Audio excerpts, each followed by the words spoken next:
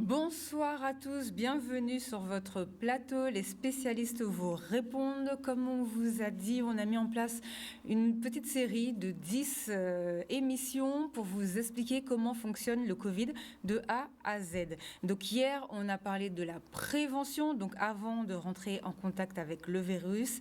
Et on vous a parlé aussi, parce qu'on vous fait un rappel pour répondre aussi à quelques questions, de cette histoire de prise de sang avant de faire votre première injection si vous voulez vous faire vacciner. Aujourd'hui, on va essayer de répondre à une deuxième question. Donc, on a été chercher les informations, on vous les transmet afin que vous puissiez comprendre un petit peu comment ça se passe. Donc, vous allez voir défiler les images. Donc, est-ce que l'ivermectine fonctionne? Donc nous, on a été carrément appelés, puisque comme vous le savez, il n'y a pas de médecins qui sont d'accord et on entend beaucoup parler de médecins qui prescrivent l'ivermectine, que ce soit sur le territoire hexagonal, que ce soit en Guadeloupe ou ailleurs dans les Outre-mer.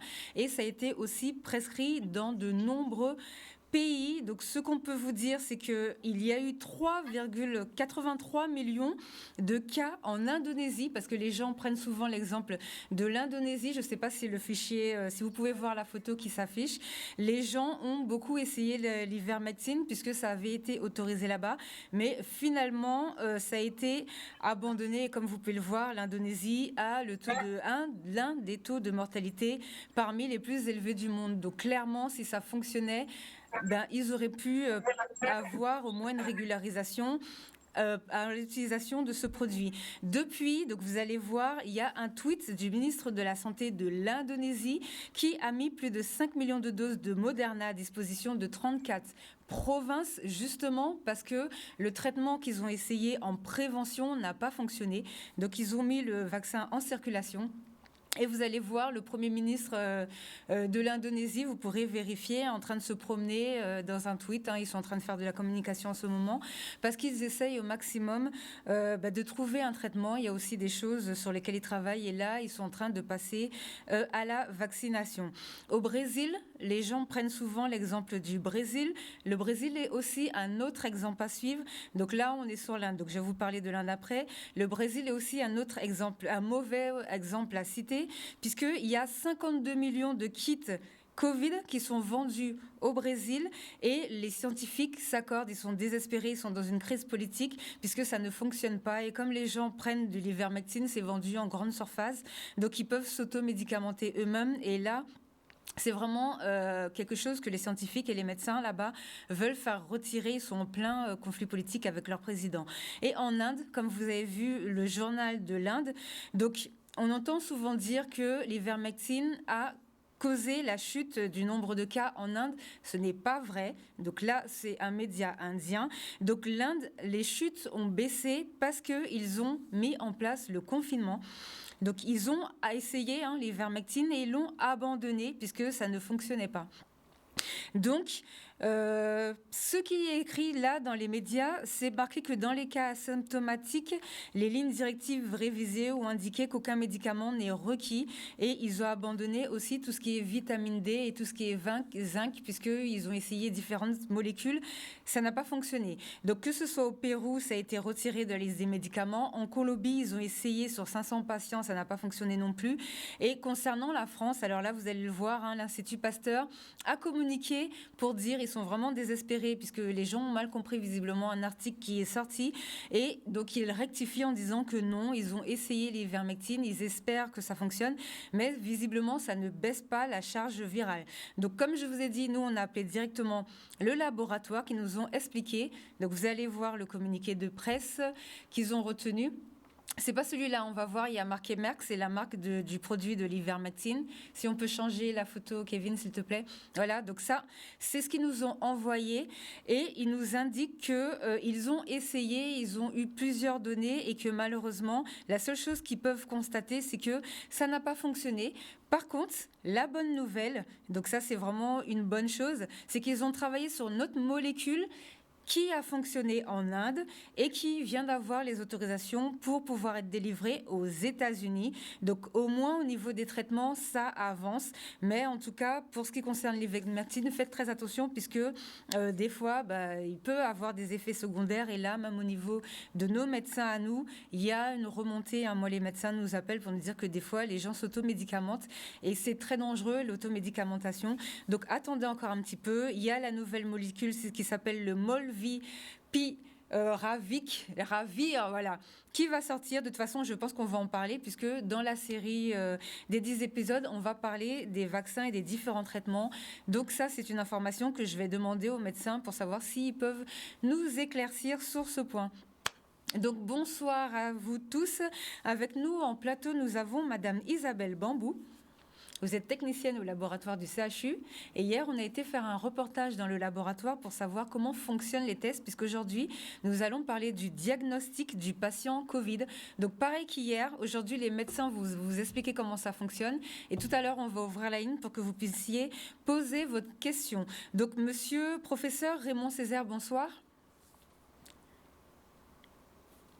Est-ce que vous pouvez nous expliquer ce que vous faites au laboratoire du CHU à Pointe-à-Pitre et comment ça fonctionne rapidement, s'il vous plaît? Oui, alors, je vous remercie pour votre invitation et cette émission d'information qui va permettre de mettre apporter un éclairage sur le travail des laboratoires, le laboratoire du CHU de la Guadeloupe, les laboratoires hospitaliers, les laboratoires privés également, l'Institut Pasteur, et puis l'ensemble des professionnels de santé, et notamment les pharmaciens et qui sont impliqués également dans ces activités de tests. Donc on a un nombre considérable de tests qui sont réalisés chaque semaine, plus de 30 000 tests PCR et antigéniques. Et donc c'est le cas également au niveau du laboratoire du CHU de la Guadeloupe. Ce qui concerne les tests PCR, donc Madame a bien explicité les choses et comment ces tests se sont réalisés. D'accord, Boubam, merci. Donc, Madame Isabelle Bambou, vous allez nous expliquer. On va voir le petit reportage, puisqu'on a été, comme je disais, dans nos caméras, avec nos caméras hier, pour voir comment ça fonctionne. Et après, on revient juste après pour pouvoir avoir plus d'explications. Bonjour, nous sommes au CHU Pointe-à-Pitre Abîme. Nous sommes exactement où tous les prélèvements vont. Donc, le prélèvement est d'abord fait par un infirmier qui a une habilité. Il arrive en fait au labo, dans ce centre de tri. En journée, tous les prélèvements vont arriver ici. Le prélèvement sera contrôlé par un ASH, enregistré par une secrétaire, puis selon l'urgence ou pas, on va choisir sur quel automate on va passer l'échantillon pour rendre les résultats le plus rapidement possible. Pour faire une PCR, en fait, il y a deux grandes étapes. Une étape d'extraction, puis une étape d'amplification. On aura des automates en fait qui vont s'occuper de ça, en fait, de faire l'extraction et d'amplifier. L'extraction, c'est quoi? On va justement extraire de l'échantillon du prélèvement du patient qu'on va recevoir. On va extraire l'ARN du virus. L'ARN, c'est une sorte de carte d'identité du virus que je vais essayer de retrouver après, à la fin, en amplification. Alors, on se retrouve actuellement en fait devant l'automate des urgences. Tous les prélèvements qu'on a récupérés au centre de tri, qui sont dits urgents, vont être passés sur le GenExpert afin de rendre le résultat le plus rapidement possible. Cet automate nous permet de rendre en 50 minutes un test PCR. Donc alors, tout à l'heure, j'ai rempli la cartouche sous la hotte dans la salle de bactériaux et je vais venir installer ma cartouche sur mon automate. Et il fera lui-même son extraction, son amplification. Il fera la PCR. Cet automate nous permet en fait de faire 4 tests en 1 heure. Donc si on reçoit 5-6 urgences, je vais attendre qu'une heure passe pour pouvoir encore lancer au fur et à mesure mes analyses. Une fois que j'ai lancé mon prélèvement sur l'automate d'urgence, les résultats sortent comme ça, sous forme de papier. Donc là, on voit bien que la recherche de SARS-CoV est négative pour ce patient. Pour faire une PCR, il y a 2 étapes. Une étape d'extraction et une étape d'amplification. Donc là, la collègue est en train de préparer en fait une plaque dans laquelle elle a mis les échantillons, les prélèvements de patients qu'on va extraire. Donc elle va les mettre sur l'automate d'extraction. une fois qu'on a fini la première partie d'extraction, on passera à la deuxième partie d'amplification. On mettra l'échantillon dans ce qu'on appelle un thermocycleur.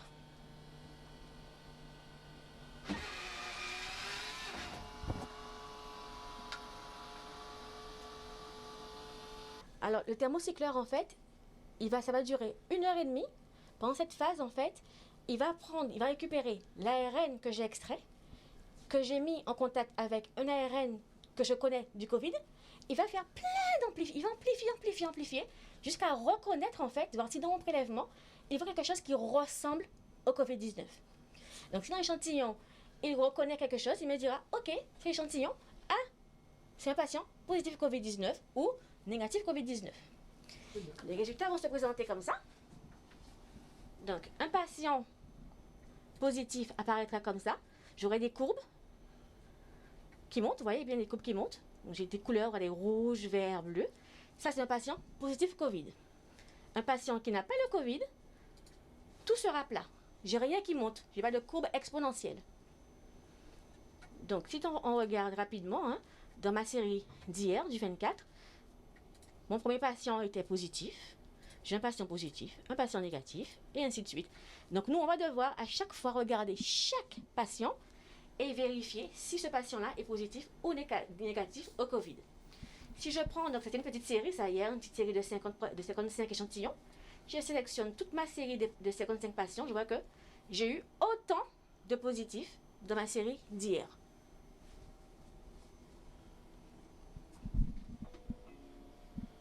Le service donc, de microbiologie dans son ensemble, ça veut dire la virologie, bactériologie, parasitologie. En fait, c'est un service qui est très très sollicité à chaque fois qu'on va avoir une épidémie d'agents infectieux.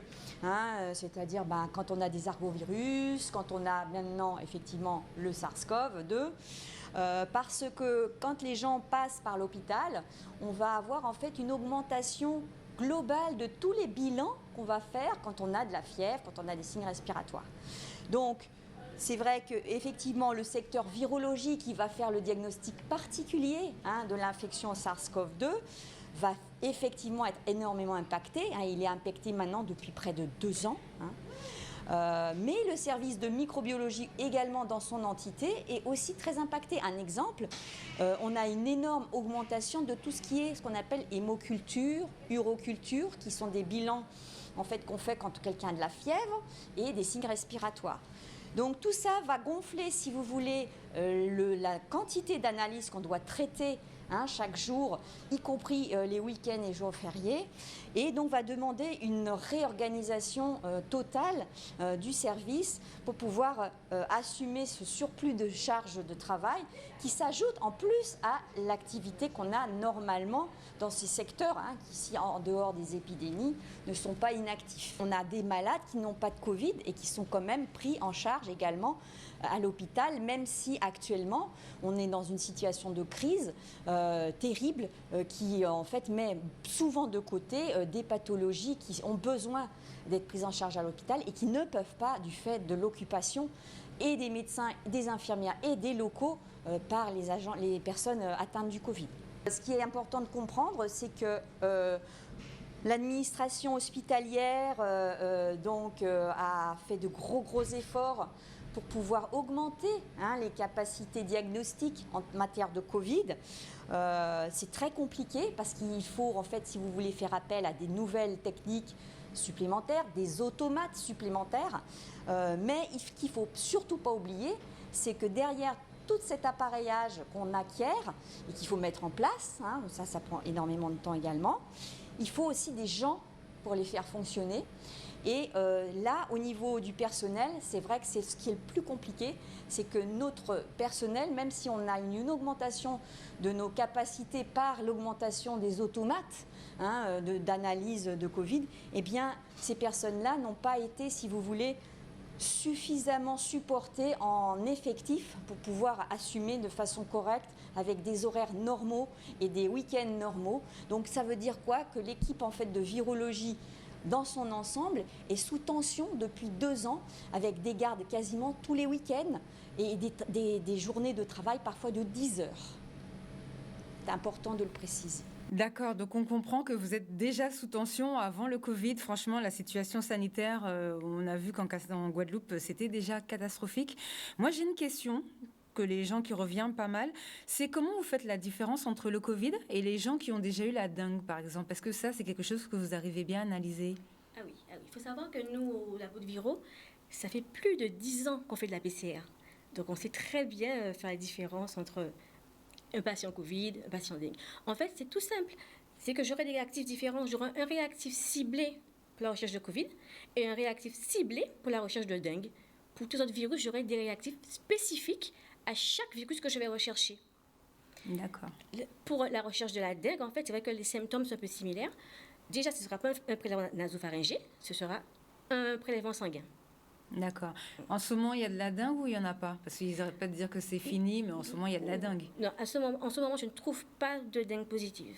D'accord. Par contre, il y a une période, au tout début, je pense que c'est la première vague, début de la première vague, où on a dû justement gérer l'épidémie de dengue et l'épidémie de Covid. On avait les deux en même temps. D'accord. C'était très, très difficile à gérer. D'accord, donc c'est seulement en ce moment double, que ça s'est calmé. Double prélèvement, oui. Là, ces jours-ci, on n'a pas trouvé beaucoup de dengue. Je ne sais pas si... Non, mes collègues n'ont pas parlé de ça. J'ai pas vu. D'accord. D'accord, merci pour cette information. Monsieur Docteur Nicolas Hu, bonsoir. Est-ce que vous m'entendez? Oui, je vous entends très bien. Alors, vous êtes directeur du laboratoire Énergie Bio? Non, alors c'est le laboratoire Synergie Bio. Et en fait, ce soir, je vais plus parler au nom de la profession de biologie médicale. Donc, pour parler par rapport à Synergie Bio et puis les autres groupes aussi, Biopôle, puisqu'il y a deux groupes en Guadeloupe, Synergie Bio, Biopôle et l'Institut Pasteur, qui fait partie du secteur privé que nous représentons. Donc là, pour nous, si vous voulez, quand j'ai entendu le docteur Emman parler, je vous avouerai que, oui, j'ai reconnu beaucoup de nos problématiques aussi. Hein. Donc, tant dans l'organisation que dans tout ce qu'il a fallu, en peu de temps, mettre en place, innover et créer pour pouvoir répondre à la problématique et être présent dans cette situation de crise qui, effectivement, dure maintenant depuis 2 ans. Nous avons commencé toutes ces organisations et cette mise sous pression pratiquement depuis, on va dire, depuis le mois de mai 2020. D'accord. Comment ça se passe pour vous? Parce que vous êtes, comme vous disiez tout à l'heure, vous êtes dans le privé. Les patients viennent systématiquement. Est-ce que vous dépistez beaucoup de cas? Comment ça fonctionne? Écoutez, oui, il y a eu beaucoup de cas. Alors, sur cette épidémie qu'on a là en ce moment, puisqu'on est en période vraiment de crise, on a monté jusqu'à 35%. Aujourd'hui, on est plutôt aux alentours des 25%, mais ça reste des chiffres énormes, puisque quand on a commencé à faire les PCR Covid en 2020, on n'en trouvait pas. On a commencé à avoir des PCR positives à partir du mois de juillet 2020. Puis, il y a eu les différents pics et on était revenu à un régime un peu plus de fond qui était aux alentours des 2-3%. Donc, 25% comme on a là actuellement, c'est énorme. D'accord. Alors vous, pareil, vous nous avez envoyé des images qui vont s'afficher. Ça, c'est la manière dont ça fonctionne dans votre laboratoire. Alors, pour répondre plus précisément à votre question, alors là, on peut voir effectivement. Hein, non, c'était l'autre, elle était bonne. Voilà, c'est ça. Donc, effectivement, on voit sur cette image la phase préanalytique où il faudra trier les sérums, ouvrir les tubes, et ça se fait sous haute, à flux laminaire, pour éviter la vaporisation des particules Covid. Puis après, effectivement, on a l'automate d'extraction. Alors, on a 2 automates et enfin la phase d'amplification. Donc, c'est vrai que tout le monde parle beaucoup de PCR, mais je ne suis pas certain que tout le monde sache ce que c'est. En fait, c'est tout simple. C'est en fait l'abréviation de réaction de polymérisation en chaîne, qui en anglais, c'est polychain reaction. Voilà. D'accord. Et ceci vous explique qu'en fait, ça répond... Ça répond à une de vos questions de tout à l'heure, qui était par rapport à la dengue et le Covid. Ben, effectivement, on met des amorces qui sont complètement différentes. Et c'est pour ça qu'il ne peut pas y avoir d'effet croisé entre les deux sur une PCR. Et le fait de cette amplification nous amène à avoir une technique qui est extrêmement sensible, avec une très bonne sensibilité et spécificité. Alors, ce qu'il faut savoir, c'est que dans l'organisation qu'on a dû mettre en place, donc les premiers qui ont commencé les PCR, je dirais peut-être à plus grande échelle, c'était l'Institut Pasteur. Et les deux groupes purement privés que sont Synergie Bio et Biopôle se sont regroupés au sein d'une structure qui est un plateau technique commun qui nous a permis d'avoir accès à des techniques de pointe, puisque vous vous doutez bien, ce sont des techniques qui coûtent très cher. Donc, on a pu avoir accès à ces techniques et c'est grâce à ce plateau technique que nous pouvons aujourd'hui, sur ces automates, faire la PCR des Covid. Ça ne sert pas qu'au Covid, ça sert à d'autres choses, mais voilà, leur fonction est vraiment très importante pour la PCR.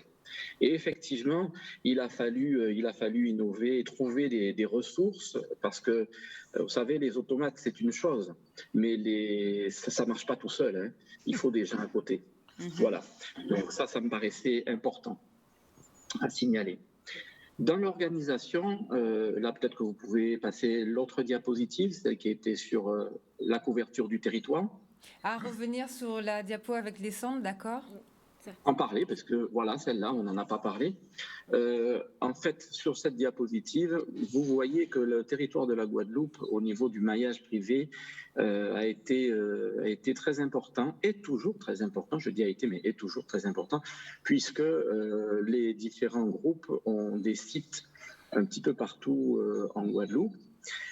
Et il a fallu répondre à la problématique de pouvoir faire les prélèvements de cette population Covid positif a priori, puisque quand ils viennent au labo, c'est pour savoir s'ils sont positifs, hein, ils ne viennent pas se balader au labo, hein, d'accord ? Donc, on ne peut pas mélanger cette population avec une population de pathologies routinières, comme ceux qui ont du diabète, de l'hypertension, des insuffisants rénaux ou des femmes enceintes. Ça aurait été complètement illogique. Donc, on a été obligé d'innover et de trouver des alternatives. Alors, certains ont mis des drives, comme Biopôle. Nous, on a préféré mettre des centres. Et puis, finalement, ces activités ont été rapatriées sur nos centres dans les labos.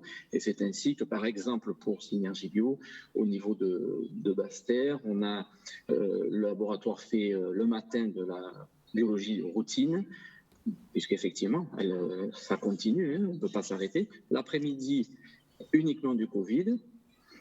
Sur Pointe-à-Pitre, on a fait un centre spécifique Covid et sur le Moule, pareil, même système que sur le République à Basse-Terre.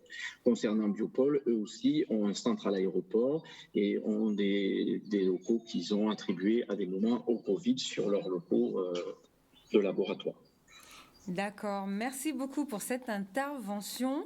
Alors avec nous, Monsieur Piquion, bonsoir. Est-ce que vous nous entendez bien ?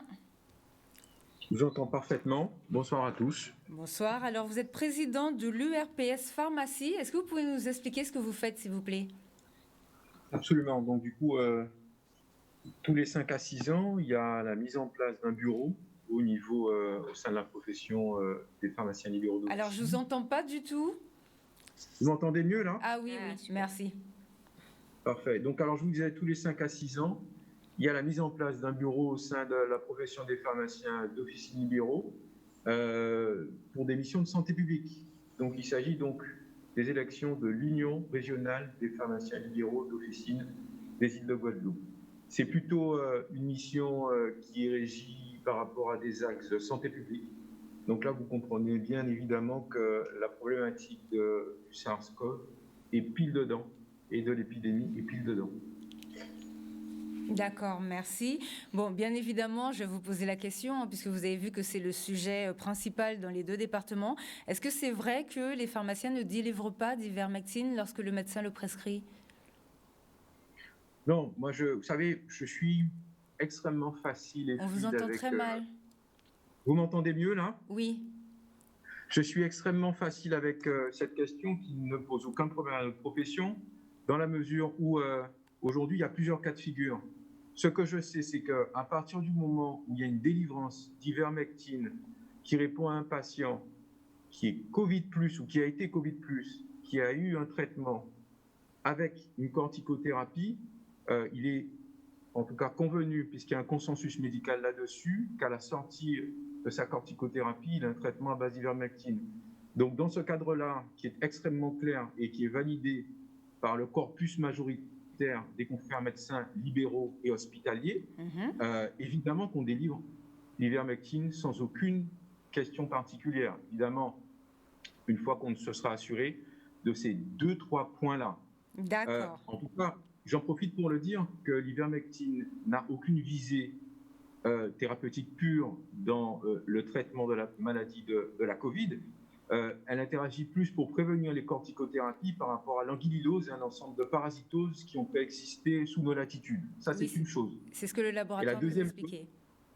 C'est extrêmement clair, ils ont raison de le dire, avec aussi beaucoup de clarté, parce que je pense qu'il faut le prôner de manière très haute et très forte.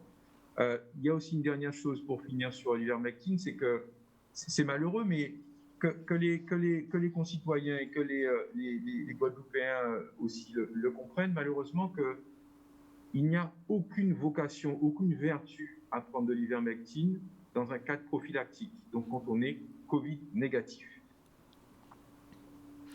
Merci pour cette information. Comment ça se passe les tests PCR? Hier, on a vu que au niveau du ministère en France hexagonale, ils demandaient aux gens, par exemple, de se faire dépister pour savoir s'ils avaient déjà eu le Covid. Et en France, c'est gratuit dans les pharmacies pour les médecins qui doivent dépister leurs patients avant. En termes de directives, est-ce que c'est comme ça chez nous en Guadeloupe ou pas du tout? Les gens doivent aller chez leur médecin pour avoir une prise de sang, par exemple? Alors, si c'est à vous que vous m'adressez, c'est à moi que vous adressez la question.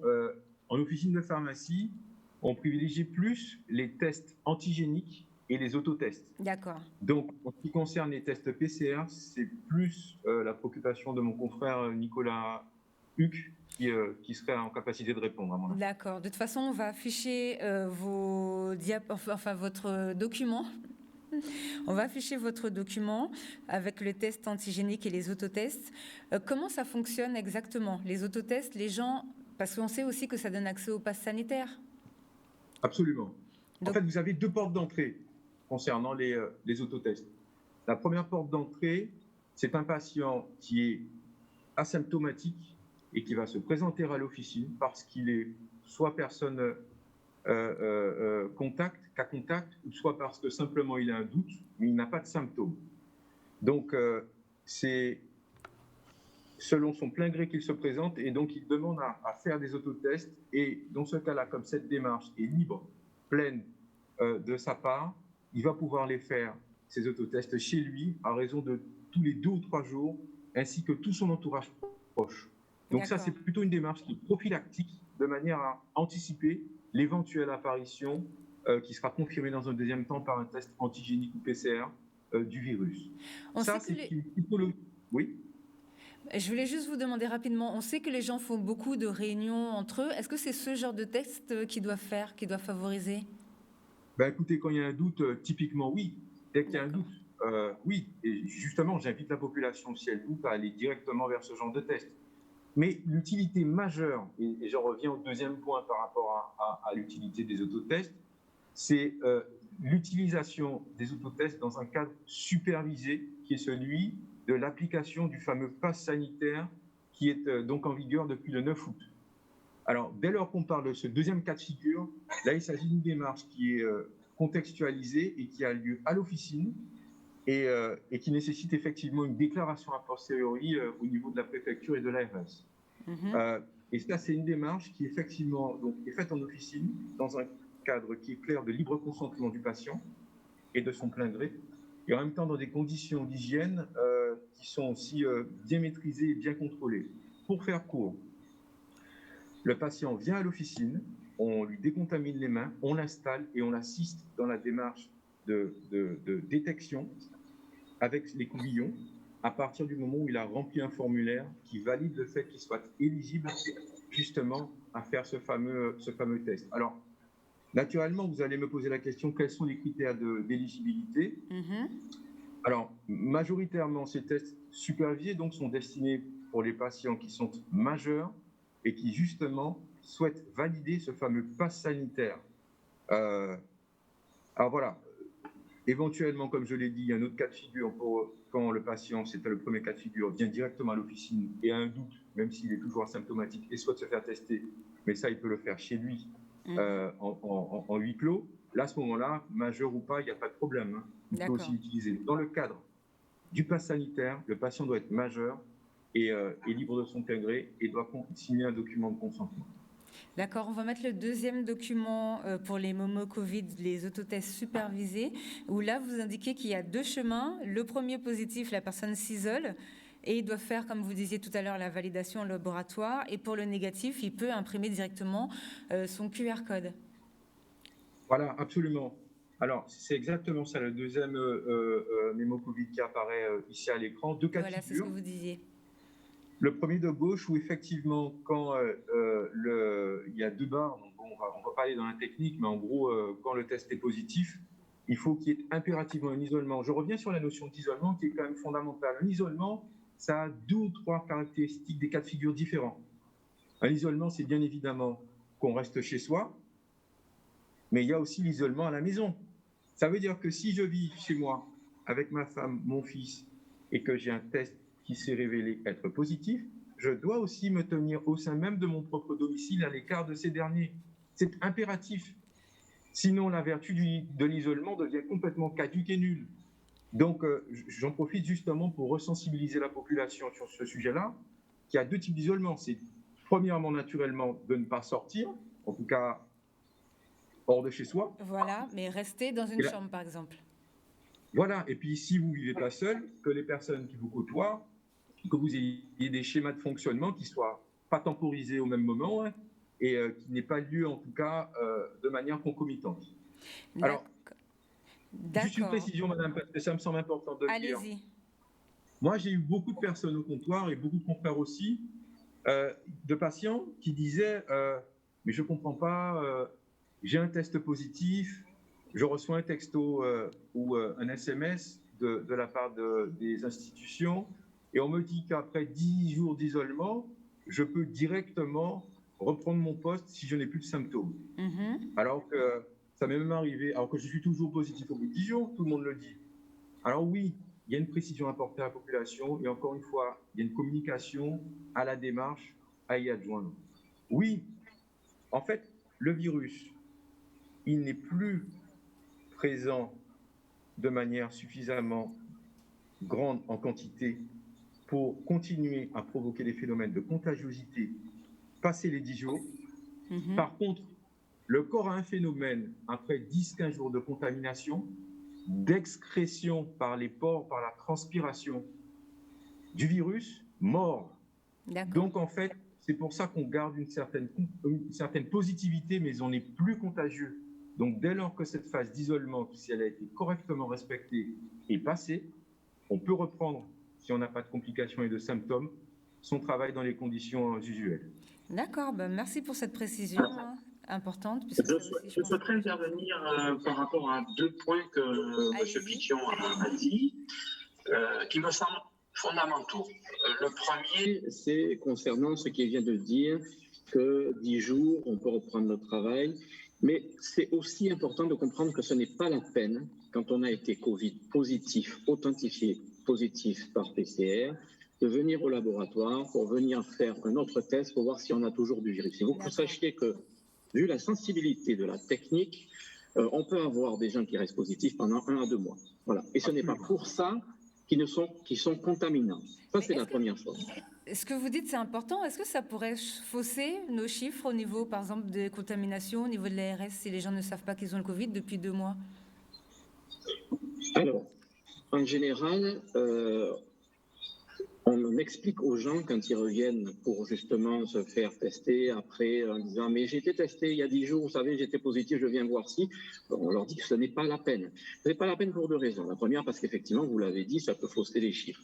La deuxième, c'est qu'on sait que de toute façon, on va certainement les sortir positifs. Et la troisième, c'est que comme justement, ils risquent d'avoir une excrétion de virus qui est faible, ça nous amène, nous, en laboratoire, à avoir des profils indéterminés, des choses qu'on recontrôle, donc on consomme du réactif inutilement, et on peut même arriver à répondre des profils indéterminés qui sont gênants pour tout le monde, parce qu'on ne sait pas trop si c'est positif ou négatif. Donc, vraiment, là, c'est une première chose à bien retenir, ne pas venir quand on a été...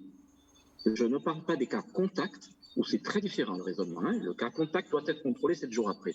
Mais celui qui a été authentifié positif n'est plus cas contact, il est Covid positif. Alors ça, c'est la première chose. Et je rebondirai sur un autre élément qui a été dit tout à l'heure, c'est concernant l'isolement.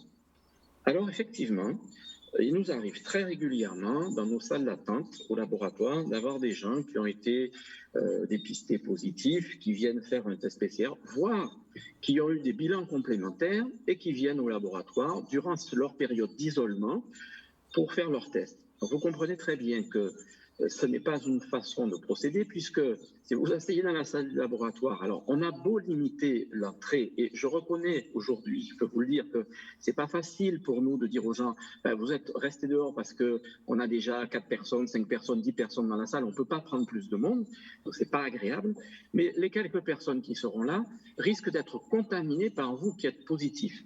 Donc la période d'isolement veut dire qu'on reste à la maison. Et s'il y a des bilans à faire, alors on peut faire des bilans par l'intermédiaire d'une infirmière, que ce soit une PCR à contrôler ou que ce soit un bilan biologique simple pour voir où on en est, de son état global. Mais à ce moment-là, on fait faire ça à la maison par une infirmière. On demande au médecin qui prescrira ce qu'il faut pour que l'infirmière puisse le faire. Vous imaginez ce que vous dites, c'est important. Ça veut dire que au niveau de la communication, on demande aux gens d'aller se faire tester, et là vous êtes en train de nous dire que, et c'est vrai, c'est logique, si les gens sont contaminants, il ne faut pas qu'ils aillent se faire tester, donc c'est mieux d'avoir une infirmière qui vient à la maison. Donc en fait on incite les gens à se balader un petit peu partout, donc effectivement merci de cette information. Alors on est bien d'accord que c'est les gens qui ont déjà été authentifiés positifs. Hein. Oui. Pas des gens qui veulent savoir s'ils sont positifs. Il faut faire très attention parce que bon, c'est sûr que les infirmières sont aussi soumises à très lourdes charges en ce moment, et je peux vous le dire parce qu'on a beaucoup de prélèvements qui nous arrivent. Elles font un travail énorme. Mais il faut bien comprendre que je m'adresse aux gens qui ont été authentifiés positifs. Le médecin veut contrôler, je ne sais pas moi, votre glycémie, votre taux de sucre, votre iono. C'est pas la peine de venir au laboratoire. On demande à ce moment-là à ce que le médecin le prescrive à domicile. Merci pour cette information. Alors, bonsoir, Madame Cricket-Ayotte. Bonsoir. Alors, comment ça se passe au niveau de l'annonce du résultat, s'il vous plaît? Alors, moi, je suis médecin, je ne suis pas biologiste. Donc, comment ça se passe au niveau du résultat? Donc, quand le laboratoire a fait un test, donc soit PCR, soit antigénique, il le déclare dans le logiciel qui s'appelle SIDEPS. Donc, ça veut dire qu'on le déclare, c'est une base nationale. Et le patient, donc en général, reçoit de la part du laboratoire l'information que son test est positif. Donc, si c'est le médecin qui a prescrit le test, bien évidemment, le prescripteur reçoit le test. Si c'est le patient, comme le disait le docteur, a été directement au laboratoire faire son test, il est remis au patient. Et ensuite, le patient va appeler le médecin en disant « Voilà, j'ai un test positif, qu'est-ce que je fais ?» Dans l'intervalle, il y a 2 choses. Étant donné que son résultat est positif donc dans la base nationale, il va être appelé par la Sécurité sociale dans un système qui s'appelle « Tester, alerter, protéger ». Donc, c'est le tracing Covid dont on a tous entendu parler. La Sécurité sociale a l'information que son test est positif, donc il appelle le patient pour lui demander est-ce qu'il est seul chez lui, est-ce qu'il a besoin d'aide. Et si le patient demande d'avoir de l'aide, on va informer une infirmière libérale qui va passer à domicile pour faire une évaluation de ce patient. Donc, c'est le TAP, tester, alerter, protéger. D'accord, merci beaucoup de ce renseignement. Alors nous, je voulais rebondir sur une petite chose, c'est que je pense qu'il y a une mesure qui est totalement oubliée, c'est la mesure barrière. Quand vous avez un test positif, on reste chez soi. Si son test est positif, on fait attention parce qu'on a le Covid, donc on est contagieux. Donc, il faut préserver sa famille, mais il ne faut surtout pas sortir pour aller faire ses courses ou appeler sa fille ou sa tante pour venir apporter à manger. Non, on dépose devant la porte. On ne vient pas en contact avec quelqu'un qui est positif, puisqu'à ce moment-là, vous devenez vous-même cas contact. Donc, il faut vraiment faire très attention. D'accord, merci de l'information. Alors nous, de notre côté, on va ouvrir la ligne. Alors c'est vrai que c'est très intéressant, hein, si Kevin veut bien, on va peut-être dépasser un petit peu le temps comme on a fait hier, peut-être finir peut-être vers 19h05, non si c'est possible, on verra ça. Bon, il a déjà secoué sa main en disant non. Alors on peut ouvrir la ligne, appeler pour poser vos questions. Tout ce qui concerne le diagnostic pour le test PCR, pour les prises de sang, si vous avez des interrogations, n'hésitez pas à nous appeler pour qu'on puisse... savoir, là on vous a donné le maximum d'informations possibles. Comment ça se passe pour vous? Parce que tout à l'heure vous disiez que vous êtes débordé. Comment ça se passe pour vous? Même au niveau du personnel, vous êtes fatigué, vous avez des rotations, vous êtes relevé, comment ça se passe? Ça fait 18 mois qu'on travaille non-stop. Tous les jours, en fait, quand on arrive, il faut se réorganiser sans cesse. Donc, c'est vrai que c'est dur au labo de Viro, mais c'est aussi dans tous les autres labos, d'hémato, de biochimie. Nous, au CHU, quand on a un malade en réa, il a une panoplie d'analyses à faire. Donc, c'est tous les labos qui sont impactés. La bactério, la biochimie, l'hémato. Et pour les autres gens qui ont des autres pathologies, du coup, ça se passe comment? Mais justement, c'est ça, ils sont, désolé de le dire, ils sont un peu négligés. On n'arrive pas à rendre suffisamment tôt les résultats des patients qui ont d'autres pathologies que Covid. Le Covid prend beaucoup de place. Énormément de place. Dans un hôpital, il y a des méningites, herpès, il y a plein d'autres virus qu'on recherche. On cherche plein de virus. Les patients HIV sont suivis au CHU. On doit faire des tests sur leur thérapie. Alors, excusez-moi de vous couper, on a un appel. Oui. Bonsoir. Est-ce que vous nous entendez? Allô, allô? Oui, allô? Bonsoir, monsieur. Allô? Allô, allez-y. Bonsoir, vous pouvez vous présenter, poser votre question. Oui, c'est madame. Madame, bonsoir. Toutes mes excuses. Bonsoir, ce serait pour savoir, oui, le devenir des femmes enceintes. Ah, par rapport au test PCR, par rapport à ce qu'elles doivent faire? Oui, le devenir des femmes enceintes. Ah, par rapport au test. Je vous entends pas bien. C'est ça, par rapport au test et par rapport aussi. Alors, est-ce que les femmes enceintes doivent se faire tester? C'est ce que vous voulez savoir? Bon, je vous entends pas bien, madame. Donc, comment ça se passe pour les femmes enceintes? Est-ce que quelqu'un pourrait répondre, s'il vous plaît? Mais c'est quoi sa question? Ben, je pense que c'est le devenir. Donc, je pense que la dame a peut-être une question sur la vaccination aussi, je ne sais pas. Et comment ça se passe au niveau des tests? Je pense qu'il y a un point important. C'est la même dame? Alors, allez-y, répondez vite fait, s'il vous plaît. On a un deuxième appel. C'est quoi ta question? Pour les femmes enceintes. Je pense que, On va prendre le... Allô? Est-ce que vous pouvez répondre, monsieur Césaire? oui, les préconisations sont les mêmes. On vous entend pas? Oui, les préconisations sont les mêmes que pour toute personne. Je pense que pour les femmes enceintes, Sir Jean-Qui s'est exprimé récemment. Il est très important de voter pour la vaccination. Alors ça, c'est un élément par rapport à la gravité potentielle de l'infection par le virus Covid-19, le SARS-CoV-2, chez les femmes enceintes. Bon, de toute façon, on va en parler plus précisément puisqu'il y aura une question sur ça, puisque c'est vrai qu'au début, c'était pas recommandé au niveau du gouvernement, maintenant c'est recommandé. Et du coup, les femmes nous posent beaucoup de questions par rapport à tout ce qui se passe en ce moment. Bonsoir. Bonsoir, est-ce que vous nous entendez? Par rapport à ce qui se passe en ce moment. Bonsoir. Bonsoir, madame. Bonsoir, est-ce que vous nous entendez? Alors, je vous entends assez mal. Est-ce que... Coupez la télé, s'il vous plaît. Éteignez la télé.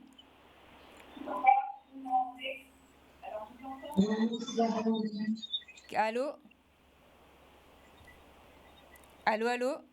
Bon, on vous a perdu. Pensez quand vous appelez à couper la télé, s'il vous plaît, sinon on ne vous entend pas et ça fait du Larsen au niveau de la ligne. Donc peut-être si la dame veut rappeler. Donc on était en train de dire que pour les femmes enceintes, donc le docteur Césaire conseillait La vaccination. Alors, on a un autre appel. Bonsoir. Bonsoir. Est-ce que vous nous entendez là? Oui, je vous entends. Bonsoir. Bonsoir. On a indiqué tout à l'heure que la sécurité sociale appelait et proposait une infirmière ou un infirmier. Je suis dans la situation et je n'ai même pas arrivé d'infirmier ni d'infirmière promis. Voilà. J'ai pas compris, monsieur. J'ai pas compris. Comment? J'ai pas compris ce que vous voulez savoir. Donc, j'ai dit tout à l'heure, il a été indiqué que lorsqu'on avait été pris en soins, la sécurité sociale vous appelait pour vous envoyer une infirmière. Oui, normalement. Non. Pour Moi, demander. donc c'est normalement, mais moi, ça a été mon cas, je n'ai jamais vu d'infirmière. Ça, c'est le premier cas. La deuxième chose que je voulais savoir, pourquoi on ne parle pas du traitement par les anticorps monoclonaux. Alors, monoclonaux, plutôt. Pourquoi on n'en parle pas? Alors que c'est un traitement à 5 jours lorsqu'on a les premiers symptômes. Alors, je souhaiterais qu'on me réponde là-dessus. Alors, je ne sais pas si les intervenants ce soir sont spécialisés, puisque là, on est au niveau du test PCR. Si vous avez des indications, peut-être, professeur Césaire, est-ce que vous avez des informations sur le nouveau traitement mononucléo? Les anticorps monoclonaux, s'il vous plaît. Vous savez comment ça fonctionne? C'est un traitement qui Monsieur est Sévère, utilisé. vous nous entendez? Oui. On ne vous entend pas? Oui, c'est un traitement qui est utilisé en Guadeloupe comme en Martinique. Les indications sont précises. Je pense que les spécialistes cliniciens interviendront sur le sujet pour les expliquer lors des prochaines émissions thématiques. D'accord. Les traitements qui sont utilisés dans ces conditions très précises. D'accord, donc pour l'instant, on peut juste conseiller aux gens de se diriger vers leur médecin pour avoir plus de précision sur ce point. Tout à fait, je pense qu'il faut se rapprocher de son médecin pour avoir les meilleures orientations sur la conduite à tenir. D'accord. Moi, je vais vous répondre sur le sujet, si vous permettez. Oui, madame, s'il vous plaît. Il faut aller voir, donc, docteur Criquet-Ayotte, il faut aller voir son médecin traitant parce que les indications des anticorps monoclonaux sont bien spécifiques. Il y a des conditions, des prérequis. Il faut que ça soit dans les moins de 5 jours, être dans certaines pathologies. Et dans ce cas-là, c'est un traitement curatif. Je voulais répondre à la question de monsieur sur le système de la sécurité sociale. Oui, s'il vous plaît. C'est facultatif. La sécurité sociale demande au patient s'il veut être contacté par une infirmière pour venir avoir un suivi à domicile. Et dans ce cas, il y a, enfin tout au moins, moi je suis en Martinique, il y a un signalement avec l'URPS des infirmiers qui sont organisés avec la sécurité sociale, avec un déclenchement et il y a une infirmière qui vient à domicile.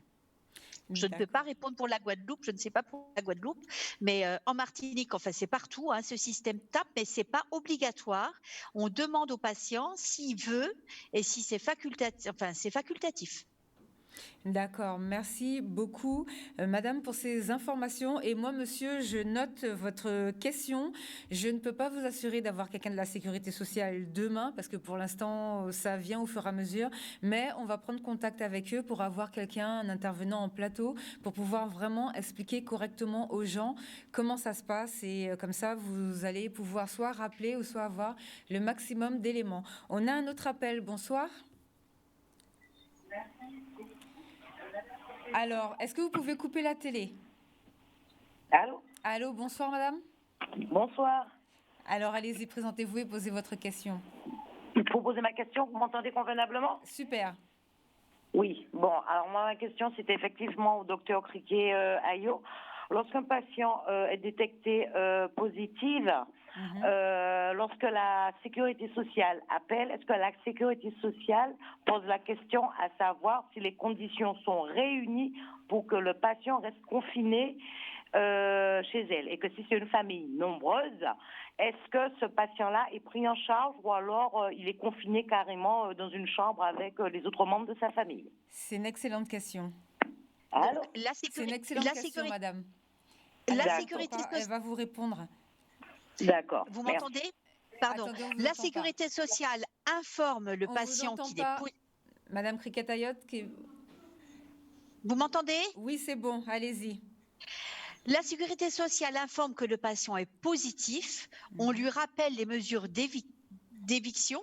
Donc, les mesures de barrière, hein, donc de faire attention avec sa famille, qu'on ne doit pas sortir. Et ensuite, on donne des conseils si il vit avec des personnes contacts. Donc, dans le tracing, on demande les cas contacts. Il y a un référencement avec les cas contacts et on va demander à une infirmière de venir pour tracer ces cas contacts. Si c'est toute une famille, pour ne pas sortir, pour que ça soit plus facile. Mais il faut savoir si on est cas contact, si on devient positif ou si on est négatif.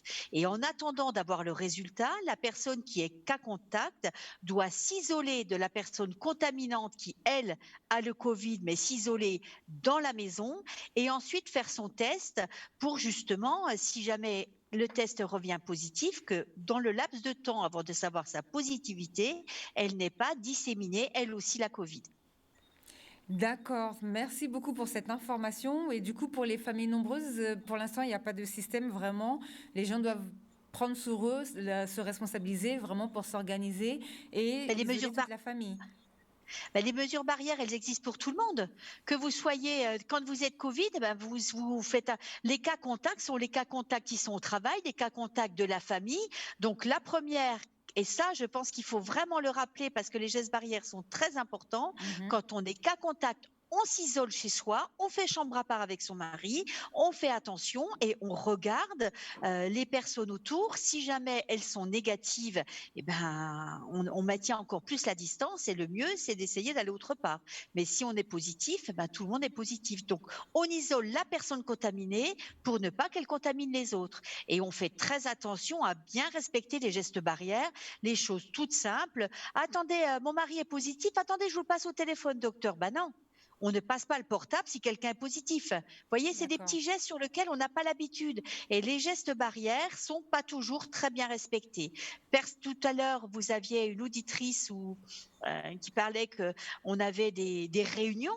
Je rappelle que nous sommes en confinement, on ne doit pas être plus que 6. Donc non, on fait attention. On ne fait pas de fête. D'accord. Merci beaucoup. Si vous permettez, juste en complément de ce qui a été dit là, peut-être que notre chère auditrice parlait aussi de personnes qui sont en grande précarité. Et alors, je sais qu'il n'y a peut-être pas de schéma qui soit complètement établi et audible pour les concitoyens qui sont concernés, mais il y a quand même possibilité de prendre contact avec la plateforme de l'ARS. Alors, je n'ai plus le numéro de téléphone en tête comme ça, mais je sais qu'il y a au moins accès soit à la plateforme Riposte, soit directement à un numéro de téléphone qu'on trouve rapidement, ARS Riposte, de manière effectivement parler des cas de figure qui sont un petit peu plus particuliers, de personnes qui sont plus en détresse que la moyenne. Et je pense que ces personnes-là aussi, il ne faut pas les négliger. Et si dès lors que la personne faisait référence à des personnes en grande précarité, alors il y a aussi des solutions qui peuvent être mises en place et adaptables. D'accord, merci pour ce renseignement. Et on peut s'appuyer sur les CCAS aussi, parce que quand une personne est positive, elle a des enfants en bas âge, on peut demander au CCAS qui apporte des repas avec un système d'aide. Il ne faut pas l'oublier. Bon, je vais me renseigner sur tout ça et comme ça, je pourrai revenir lors d'une prochaine émission pour donner ces informations en début, comme quand on essaye de répondre à vos questions. Merci de nous avoir suivis. Demain, nous allons parler de la prise en charge du patient Covid de la ville à l'hôpital. Bonne soirée à tous et respectez les gestes barrières et faites attention. Protégez-vous les uns les autres, ne vous contaminez pas surtout afin de faire descendre au maximum les chiffres de contamination. Au revoir à tous. Merci de nous avoir suivis. Merci d'avoir participé. Au revoir. À bientôt. Au revoir.